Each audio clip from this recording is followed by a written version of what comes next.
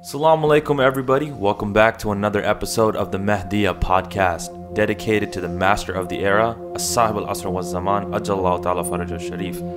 The goal, as you know, for this podcast is to promote thought-provoking discussion with regards to the teachings of the Ahlul Bayt alayhi salam and develop an understanding of how they are relevant to our lives. And with this, we hope to learn from these lessons and apply them to our lives and work towards reaching the level of being ready for the Zuhur of Imam Mahdi. So joining me in today's conversations are Brother Hassan Naqvi, Brother Ali Rizvi, and Brother Mahdi Jafri. Salamun alaikum, brothers. Alaikum assalam. How are you all doing, Brother Ali? Alhamdulillah, man. I'm excited to be here. Excited to do this podcast. We get to talk about Prophet Isa. Alhamdulillah. So I'm excited to do that with you guys. Brother Hassan? Alhamdulillah, alhamdulillah. And Brother Mahdi Jafri? Doing good, man. Thank you for the invite. Glad to be here too. Alhamdulillah. So it's good to have you guys. So with that being said, let's dive right into what we're going to talk about today. As you already heard from Brother Ali, Jesus, Christmas, all the fun things about this holiday season, inshallah with a more intellectual light. So in today's discussion, we'll touch upon the topic of Hazrat Isa, or as the majority of the world knows him as Jesus Christ, Jesus Cristo for some. And this is a spiritual personality that is honored and revered globally by Christians and Muslims alike. And we see, the great deal of influence that the teachings of Hazrat Isa have brought to this world on the people, from his lessons, from morals, we hear those all the time, to the explanations on how to approach life and how to get closer to the pleasure of Allah, subhanahu wa ta'ala, for us at least, and for the Christians, just being good people in general. So we want to touch upon a few points specific to Christmas and the subjects around it, right? We have this celebration coming up, the Wiladat, the celebration, the birth around it, and Prophet Isa. So some of the things we want to kind of discuss, and the brothers will definitely be getting into, I know, some really interesting conversations, is the status of Hazrat Isa, right, in Islam, Jesus Christ in Islam, and shed some light on his spiritual teachings, because I think there's something we could all learn that we don't always discuss. How should we commemorate our occasions? As another point that we want to discuss, why don't we celebrate the Masumin similar to how the Christians celebrate Christmas, right? We have such amazing personalities as well in our religion, so we should be celebrating those. And lastly, with that all being said, how do we start instilling the love of Ahlul Bayt to be able to celebrate their wiladats? So I know we're going to really get into a really intelligent conversation, so let's dive right in regarding these questions. So let's first talk about Jesus Christ, right, from an Islamic perspective. What's his position? And then maybe we can shed some light into his life. I know some of you guys have done a lot of research into this, him being one of the most honored prophets that lived in this world. He was a 5 Ulul Azm prophets of Allah. He spoke from the cradle. I don't know, you guys have a few points about that.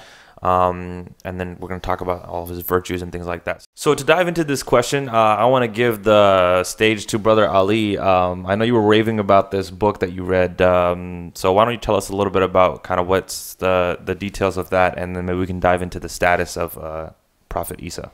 Yeah, man, I'd be happy to. First and foremost, shout out to Sayyid Mahdi Mudarrisi. He has a book called The Lost Testament, What Christians Don't Know About Christ. And there should be an edit in that title, What Muslims Don't Know About Christ, also. Because I learned a lot from this book, and a lot of things that I didn't know about Jesus Christ. One of the things being how honored and revered he was by the Ahlul Bayt, because he was quoted numerous times by the Ahlul Bayt in this book, and there's a lot of gems in there that throughout this podcast we're going to share with the listeners, inshallah. But first and foremost, we just want to talk about how the importance that Islam gives to Jesus Christ. One of the examples is Surah Al Imran chapter 3 verse 46. It talks about how Jesus Christ was speaking in the cradle, and he was speaking maturely. So this is a belief that's exclusive to the religion of Islam. Nobody else believes this. Let's hear this verse. أعوذ بالله السميع العليم من الشيطان الرجيم بسم الله الرحمن الرحيم ويكلم الناس في المهد وكهلا ومن الصالحين. That's verse 46 from Surah Al Imran, and this is mentioning how he will speak to the people in the cradle and in maturity, and will be of the righteous. But there's another verse from the Quran in Surah Maryam chapter 19. Okay. It actually quotes him what he actually says when he's in the cradle, right? Ooh, okay. He says, إني عبد الله آتاني الكتاب وجعلني نبيا. So this is Prophet Isa on day one. He's saying, indeed, I am a servant of Allah, and He has given me the scripture and made me a prophet. You see, comes to show that, the status of Prophet Isa from day one. Day one.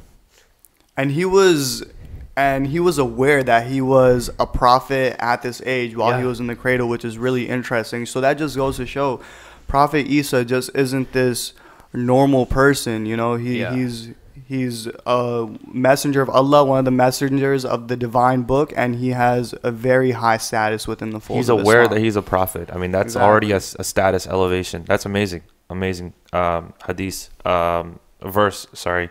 I know you guys also wanted to mention some other interesting points about his status specifically, why we regard him so high in that. So why don't we bring up some of those points?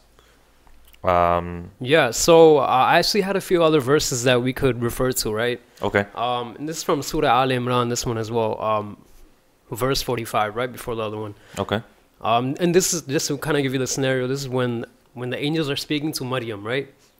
And they're giving her the good news about Prophet Isa, and this comes to explain like his status. So in the Quran it says, إن الله يبشرك بكلمة منه اسمه مسيح عيسى ابن مريم وجيها في الدنيا والآخرة ومن المقربين. See, this is referring to Prophet Isa as Al-Masih, Isa ibn Maryam, right? He is the Messiah, and Wajihan, he's also honored in this world and the hereafter, and he's Mukarrabin, he's of the people who are the closest to Allah. And this comes to show like the high-ranking status that Prophet Isa actually has within this world and the hereafter.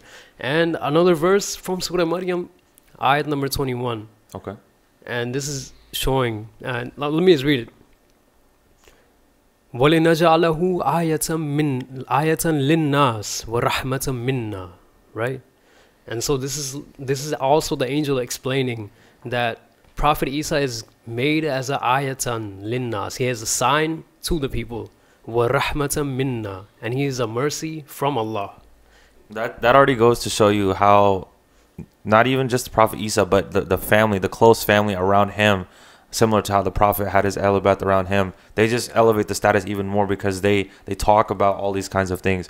I know Brother Mehdi also had some interesting things to say about the teachings, kind of shifting towards what the Ahl Bayt had to say about Prophet Isa and the teachings, right? Because we all want to learn something from those teachings. So, for sure.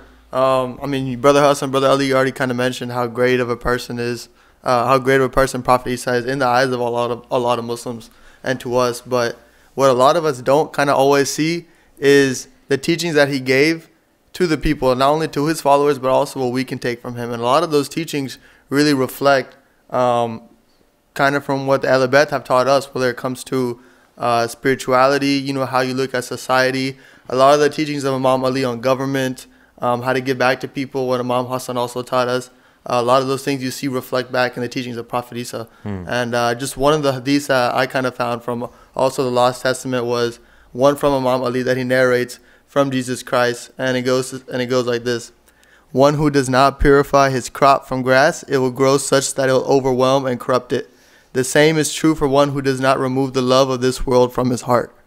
So this hadith really spoke out to me, I think, because it really parallels a lot of the teachings of Imam Ali on asceticism and also spirituality. Imam Ali talks a lot, if you read Nahj al-Balagha, he talks a lot about how removing love of this world is one of the main components to build your spirituality. Yeah. And you see that same teaching reflect from Prophet Isa. So that's amazing. It's a lot of parallels between them. That's incredible. I mean, they are from the same divine, source. Yeah. So, if this is supposed to be a guidebook for mankind, then the message got to be the same, throughout, which is different words. But that was so eloquent the way Imam Ali is narrating from Jesus, and the way Jesus is talking, it sounds like Imam Ali. I mean, that's so nice. Mind blowing.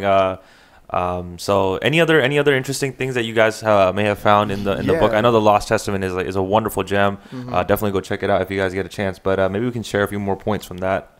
Yeah. So since Brother Mehdi brought up the spirituality of Prophet Isa, I mean, obviously there's an extensive amount of spirituality that emanates from Prophet Isa. And another this episode is sponsored by Sayyid Mahdi Mudarrisi. It might as well be, because we're quoting his book so much. But another quote or another hadith that he had in his book was quoted from Imam Sadiq of Prophet Isa, and he said, Jesus used to say, he whose anxiety exceeds, his body sickens.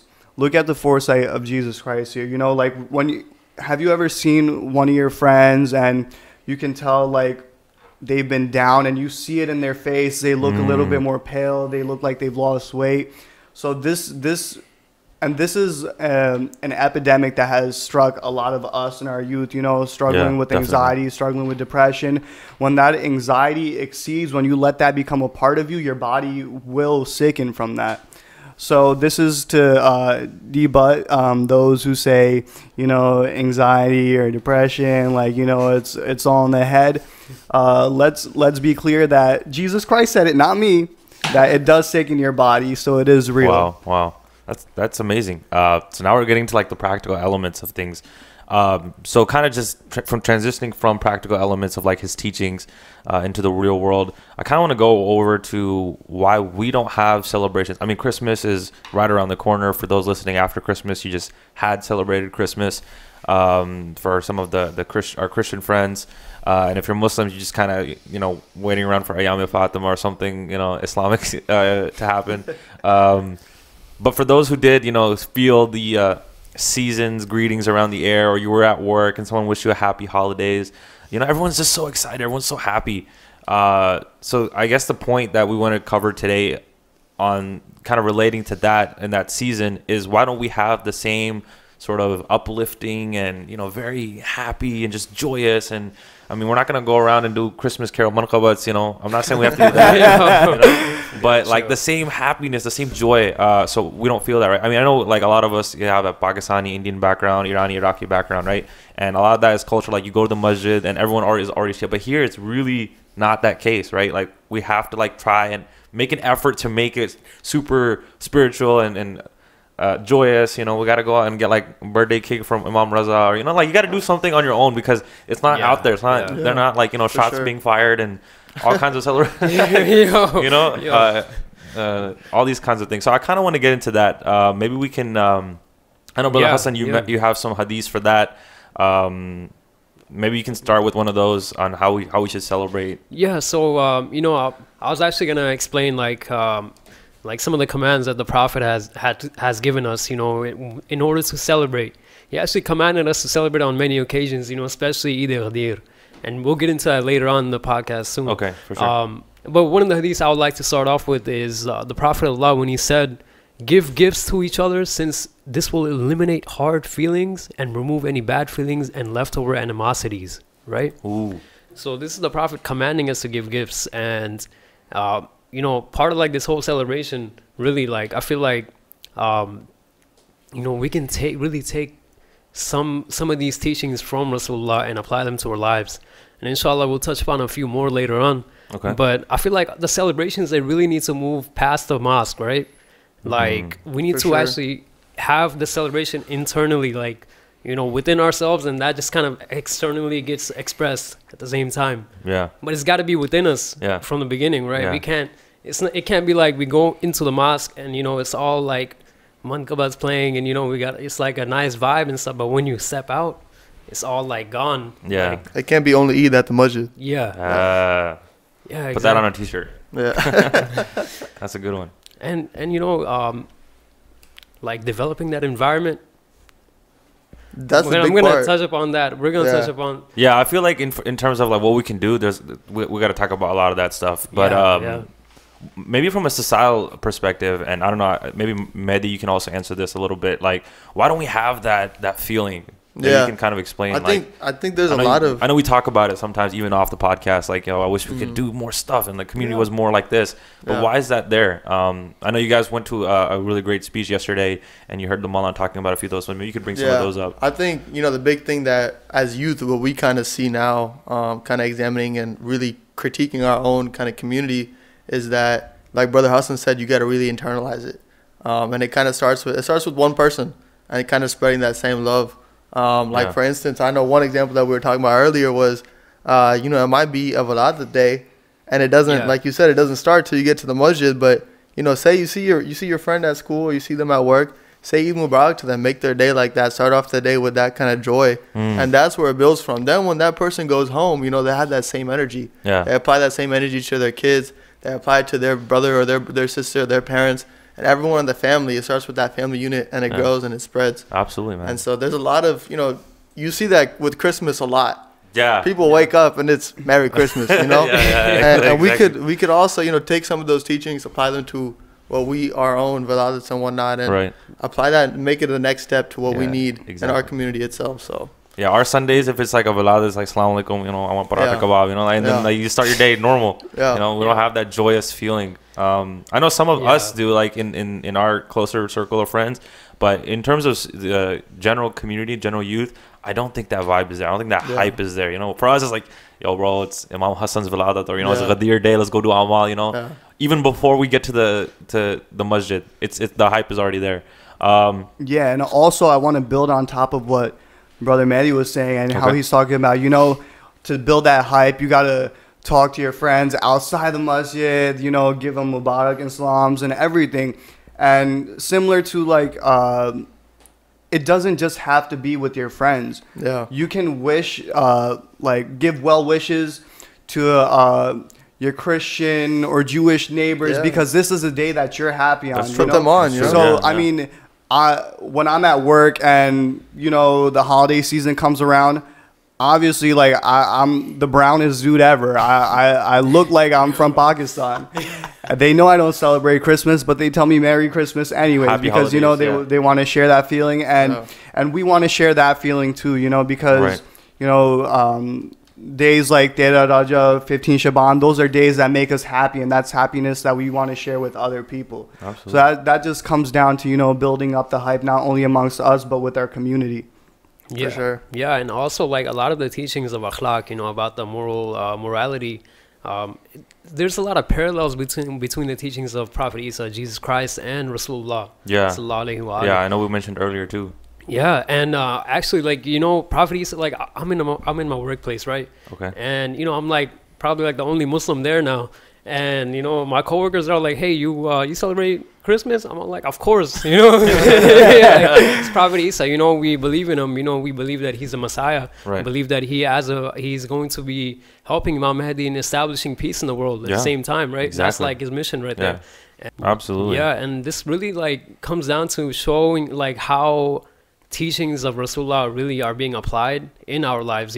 Like these people, they're helping out at-risk children. You don't know what these kids have been through. And just to have somebody just to be there and acknowledgement. Acknowledge them, give them some love, like uplift them. That's something that Rasulullah would do. He would go, he would give gifts to children, actually, Exactly. It was well known. And, just really come down to that human level. Yeah. That's why this whole concept of Santa Claus, like, kids love it, like, hey, a guy is so generous, so happy, he's giving us, you got to give him milk and cookies, but, you get gifts in return. I mean, there's a reason that they're celebrating that, and they have this culture around it, right? Similar to how we have we call it cultural, right? Like, got to do a niyaz, nazar, and all these things. We call it cultural sometimes, but there is a benefit, to doing all these things, because we're celebrating those personalities. Just like, you give milk and cookies and you get gifts for Santa. I mean, this is like a kind of dumbed down example, but for us, you give a niyaz and then you get like somewhat, sustenance in return, or you get like a better job or promotion. And we don't think about that stuff. This is our Santa. Right, this is like a better version. This is like a better version. Santa eating milk and cookies to a niyaz. Brother Farhan, thank you for that. No way, man. I mean, but it's just to show the analogy for kids, especially, right? Because I kind of with that, I want to get into that last discussion topic, is like the ways we can start instilling love for the Ahl Bayt. And I know Brother Mahdi and you also mentioned, like, there's a lot of things we could do even in community wise.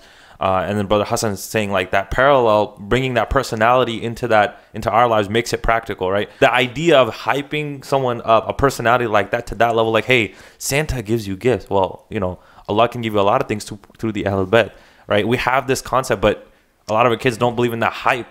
right? Even though Santa's fake, Prophet Muhammad is real. And Yeah. Prophet Hype Muhammad is real, commanded bro. us to Hype give is real. gifts. Exactly. So Prophet Muhammad does give gifts. Yeah. So I know Mehdi, you wanted to bring up a point about Yeah. that, our youth and stuff. Yeah, I mean, In that regard, you gift touched giving. you touched upon it very well. The big thing is it's a personality for them to look up to, Right. which is the biggest aspect that, and probably the biggest blessing that we have is growing up with so many great personalities. You know, 14. 14 to That's- look at all the time, Yeah. and things going on year round about each Muslimin. So, Right. I feel like it really starts with whether it be a family or just maybe just that one kid, making him look at Imam Ali, Imam Hassan, Imam Hussein, Prophet Muhammad, making those people his role models. You know, a lot of the times you grow up as a kid and you might think like Superman or Batman are your heroes. Yeah. But, we have real life Yeah. heroes that lived here that Yeah. showed us Same the way to do superpower things. sometimes. Same You know, superpower. seriously, like I literally Flight, remember. teleportation. I literally remember like my parents telling me Imam Ali stories when I was a kid, Exactly. and Yeah. I would be like, Imam Ali, Superman, man. Yeah. Imam Ali might be able to beat Superman, maybe. You know what? That's what I was How thinking. heavy was that fabric Definitely, gate, you man. know? Imam Ali was real, bro. Superman's fiction, okay? And with when you instill thoughts like that in your kid, you just talk about Imam Ali stories. You talk about stories of Imam Hassan, Imam Hussein, battles of Hazrat Abbas. Oh, yeah. You talk about stories like that. It builds that like from the start, from the get go. Kids Like, start yeah, to this think guy was that. like a legend, Yeah. you know? Look up to him. Yeah, and just building upon that, like I'm from Pakistan, right? And when it's like the day of the 13th Shout out to Rajab, right? Wait, you're from Shout out- Pakistan? Shout out to Pakistan. You're from Merry Christmas. We don't celebrate Christmas. Christmas Pakistan. Mubarak to No, I'm just kidding. No, but like I was saying, like about developing that that love for Imam Ali. Especially this really manifests on the 13th of Rajab in Pakistan. yeah. You see it, bro. You wake up and you're like, man, this is a day for Maula Ali. Yeah. This is like a special day, and you just wake up with that, feeling that with that spiritual vibe. It's Unknown energy coming in. He was Yeah. like, what is he? Kaura? yeah, and like you walk outside and like the whole environment is just there, Yeah. everybody's feeling the same vibe. It's just like that environment of celebration is already instilled within that place, and it just comes to show, like it just manifests itself. Oh, yeah. Yeah. Oh, yeah. So what can we do, to continue to instill that love of the Alibad? Like, if I were to just throw an idea out there that some of we have the boys who have already been talking about it. Like, if 15 Shaban came out, we plan on doing something like we called it. What's it called, Brother Fran? Well, the idea was based on like Secret Santa gift giving, but Yeah. I think we called it gifts in Ghaibat. Gifts in Reba. Gifts in Ghaibat. So just make a kind of like a little drawing with your friends, your close friends, and everybody gives a gift to somebody else on Yeah. 15 Shaban, and kind of instill that love of 15 Shaban, instill that love of their Rajab, just so that we create that hype amongst ourselves, because we got to create the hype amongst ourselves before we pass on the hype to anybody else. yeah. for sure. Yeah. And like adding on to that point, there's actually commands from Rasulullah on the day of Ghadir, and this is like excerpts from the Ghadir khutbah. Okay. Right? And this is Rasulullah commanding us. He says, on this day, manifesting love and compassion for each other will be the cause of Allah's grace and kindness. And then he goes on. He says, make arrangements for facilities and luxuries for your families. You see, and another command that Rasulullah gives us, he says, offer gifts to each other out of the bounties of Allah, just as Allah the Almighty has bestowed favors upon you. And consider this day, consider the reward of the goodness of this day to be on par with the past and future Eids. That's See, pretty this big. This is the importance of Eid That's- al-Ghadir right there. Wow. Straight up commands from Rasulullah, man. Like, I mean, do we do that? I mean, I'm not gonna lie. I Ghadir gets pretty lit around the house for me. I don't know for you guys too. Like there's some lights go up, yeah, for sure. Mom's like Rosada Kana and stuff. You're kind of in the zone a little bit. Yeah. But as far as like giving gifts, I don't think we go to the extent that this hadith is talking about. I think Yeah. we start doing that. I feel like there's a lot we need to implement, Oh, yeah. taking from And you the don't teachings about really feel it until everybody else jumps in too, Yeah, because you want to be celebrating it with everybody. And Exactly, it comes down exactly. to even people who are Muslim. You want to just share that with everybody. You know, one of the things that kind of like when it comes to celebration, or even either Ghadir or 13 Rajab, what kind of got me, I think throughout the years, progressively like building my hype for these different celebrations was like all of Muharram we wear black, Yeah. You know what I mean? And then an Eid comes around and you look at your closet and you got a lot of black clothes. But like what I consciously try to do is, you know, it's an Eid day, wear red. Yeah. Or wear yeah. green, wear yellow, wear something bright. Yeah. So it puts you in that mood. Yeah. And exactly. and you see that in Christmas. People wear green and red. Ugly Christmas sweaters. What is Yeah. that, bro? That's Eid. It's just hype, bro. It's just something like loud. It's equivalent. Cool. It's equivalent to wearing a shalwar kurta. On, Basically, on Eid yeah. namaz, yeah. The Sherwani, bro. The Sherwani. Can't Ugly, go wrong ugly with Christmas sherwani. But it literally starts from like when you wake up. Oh yeah. You wake absolutely. up, you look in your closet. You feel it. Today's Eid. I'm gonna wear something red. Yeah. You know what I mean? And that energy carries. just Wear from the new beginning. clothes. That's the hadith I'll right tell there. you New right clothes. now, like the morning of Eid, that's the easiest morning to get out of bed. Oh yeah. Oh yeah. Cause you know your pocket's gonna be a You couple pop out. pounds heavier after you go after that first wave of hugs from your uncles, you know, whatever. You You know someone's slipping a 10 or 20 or 5 into your Eid pocket Mubarak, and be yeah. like, don't tell your parents. I'll be like, I won't. I won't. Yeah. Exactly. Yeah, I mean, like, you know, this that environment. You know, you go to Eid namaz. You know, you wake up, everybody's there. You know, Yeah. Yeah. Exactly. everybody's just like in the zone right there. You know, and it's just like it's amazing. Actually, you know, we need to develop it implement even more, take it to the next level. I don't know if you guys went to the Amal for Ghadir this year, but man, the Maulana was leading it. I mean, he was just hyping up namaz. Yeah. You know, like that's a new level of energy that I hadn't even seen. I haven't gone to like full Eid namaz or not Eid namaz, full Amal for Ghadir. I'd never done like, you know, from A to Z. I you know, like, you know, you do the roza, you read the ziyarat, then you read the dua, and you kind of just a little happy. You're at home though, right? I was like, I'm gonna try to go to the masjid, and man, like that namaz, there was like nadis going on, like Nada Hadri Yali, and then like Allahu Akbar, like immediately after. It was so cool. I mean, just building that hype. But I know a lot of people aren't even on that level, right? So to some people who are listening, like, oh, bro, I don't even know about if I could do all that. Those guys, those are the ones that we hang out with, we hoop with, right? Yeah. We could start even from there.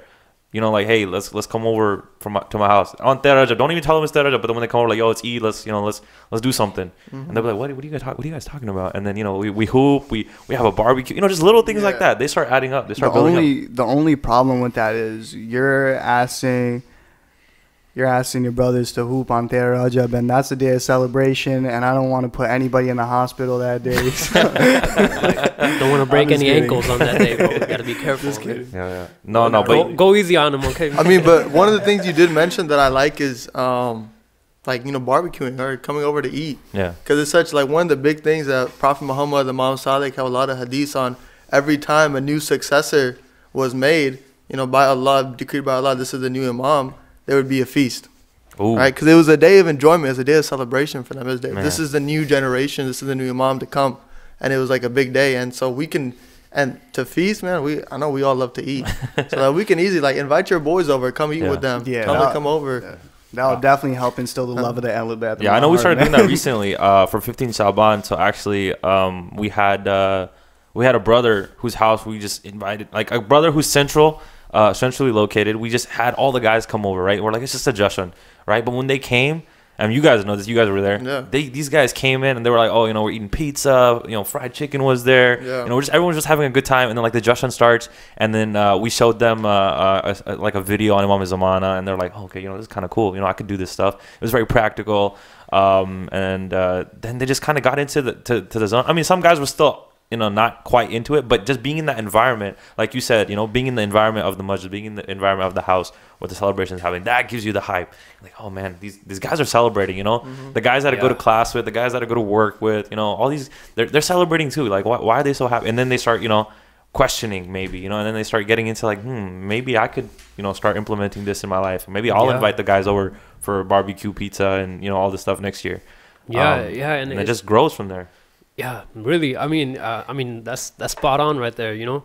And you know, 15th of Shaban, you know, really just celebrating. We're celebrating the personality that's going to be bringing peace to the world, right? Yeah. Oh yeah. So this is like a pretty major thing that we have to recognize, like the grand status and rank of this personality of Imam Mahdi alayhi salam, and along with him is Prophet Isa right there, right next to him. You know, he's like part of it, and you know, like all the conflicts that we see in the world, like. Inshallah, it's all gonna come to an end. Oh yeah, for sure. I mean, one day Christmas and 15th Shaban might be on the same day. You never know, you know. And then what we celebrate, it's coming, you know, because the lunar calendar moves back. Yeah. So Eventually, maybe it's gotta happen. when that happens, bro, we will be so happy. I mean, I don't know about you. I mean, for sure, you guys I'll be very excited Yeah. on that day. But there were some some things that I've noticed, like I think it was this year or something, like International Women's Day aligned with the same day as the Wiladat of Sayyidah Fatma Zahra. Yeah, I did. Oh, wow. You're right. I was like, whoa, this is actually pretty cool. You Yeah, know? yeah. That was cool. Yeah, there's a lot of little subtle things in Islam that I feel like we don't discuss enough. Like so many good things, right? We're always talking about like, oh, you're gonna go to Jahannam if you don't do this. Like, Yeah. yo, that's good and all. Okay, I'm gonna cut that out. Unedited. Edit version. that out. No, but you know what I mean, right? A lot of times, Malanas they come at you with like from a fear angle, right? Like, oh, you gotta obey Allah, which is true to an extent, right? Like there should be a fear of Allah in terms of like you don't want to go through the punishment, but Like- Allah created these other things, these 14 personalities to keep you happy, like because he didn't send you to dunya to be like, oh, you know, I'm just gonna die one day. No, I mean we don't have that mentality. That's why none of us as in Shias we fear death, is because we know that when we are done with this world, we go meet these people. Yeah. You know, Yeah. and that's why you see people. That's a celebration It's within a itself. celebration. Yeah. I mean, that's which religion do you know thinks about death like that? and None of like, them. and I mean, another way of looking at the fear, you know, like the fear aspects of it, it's really if you look at it from a point where you fear disobeying Allah and you fear wasting His gifts or fear denying His blessings. You know what I mean? Yeah, Like Allah has given you so many gifts in this world, like you know your intellect, Bounties. you know your everything. yeah, You know, and it just really comes to the point where you have to actually use these gifts that Allah has given you, and you know, help society. You know, help the Exactly, people around exactly. you, and like really put in sincere work and effort towards like achieving that goal, right. and don't fall short of it. You know, that's the way I look at the fear of Allah. You know, Yeah. really. Yeah. I mean, these are some really good points, alhamdulillah. I think we covered a lot. We talked about the status of Jesus in Islam, and for Christians, their views, and for our views specifically. A lot of things we learned, especially from that book, because we shouted out to Brother Sayyid Mehdi Mudarrisi so many times. He's probably deaf from all those shout-outs. Give another shout out. Give another shout out to Brother, I keep saying Brother, Sayyid Mehdi Mudarrisi. So that was a really interesting point. And then we discussed a few ways we can start celebrating the Viladats. And then we did a little bit of critique on our own society, kind of what's wrong with us in a general sense, specific to the youth. We're actually only 35 minutes into the podcast, so I want to kind of open the mic up to this last few thoughts, if you guys have any regarding any of these 3 points, celebrating the Viladats and the Ahl Bayt, or if you want to talk about something about our society, Yeah, our guys. I think I got something that I kind of, when Okay. y'all were talking, I came across and I kind of thought about in my own head was the akhlaq part of the teachings of Prophet Muhammad and Prophet Isa. And like kind of reading through the book of the Lost Testament, you see that, you know, of course the same akhlaq, like core akhlaq is still there in Prophet Isa and his teachings. And what's cool is that you see kind of Christians, especially during the holiday time, really take those core values of giving back. You know, like you said, Muslim, what's happening in Jersey. But a lot of Christians, you know, on a regularly, whether it's Thanksgiving or Christmas, they go and they make sure they go feed the homeless, or they'll do like soup kitchens, especially this time of year, just to embody that same like akhlaq that Prophet Isa had taught them. So That's a really good idea. yeah. I really Yeah, I think. totally agree. You know, like this is actually just right there along with the teachings of Rasulullah. Yeah. You know, like he used to do the same, like feed the homeless. He used to sit down with the homeless and just be one with them. You know, really, just come down to that human level and just show compassion to them. You know, because that's what it's about, really, man. Like, Yeah. Yeah, that's what we're all here, man. Anything else you want to add, Brother Ali? I just want to, if this is the last time I'm talking, I just want to say a very Merry Christmas to our Christian friends and neighbors. If we have any Christian friends and neighbors listening to this podcast, Eid Mubarak on the Eid Viladat. Mubarak. Eid Mubarak to our Christian friends and neighbors. You know, hey, I like Bandar that. Shaban Mubarak Yeah. to our Christian friends and neighbors. That's you know. 14 feasts a year, if you think about it. You know, 14 feasts. I mean, well, you can't do actually because, you know, some of them are born Some of them, simultaneously. yeah. Yeah. But still, that's a good, 8 to 10. And you just wish them Eid Mubarak, a Merry Christmas, Happy Holidays. With that, I think we're gonna wrap up. We're at 38 minutes on this episode. Alhamdulillah, I think we got a really good number of points across. We talked about all those 3 things. And hopefully we can start building up some hype around, our next Wiladat, which, Rajab is going to be right around. We're going to blink. It's going to be Rajab. And then 15 Shaban, and then Ghadir. Like, it's just going to happen again. So maybe this year we can make things different. We have the Secret Santa idea. So if you're in Houston and you're listening to this podcast, be on the lookout for something cool like that.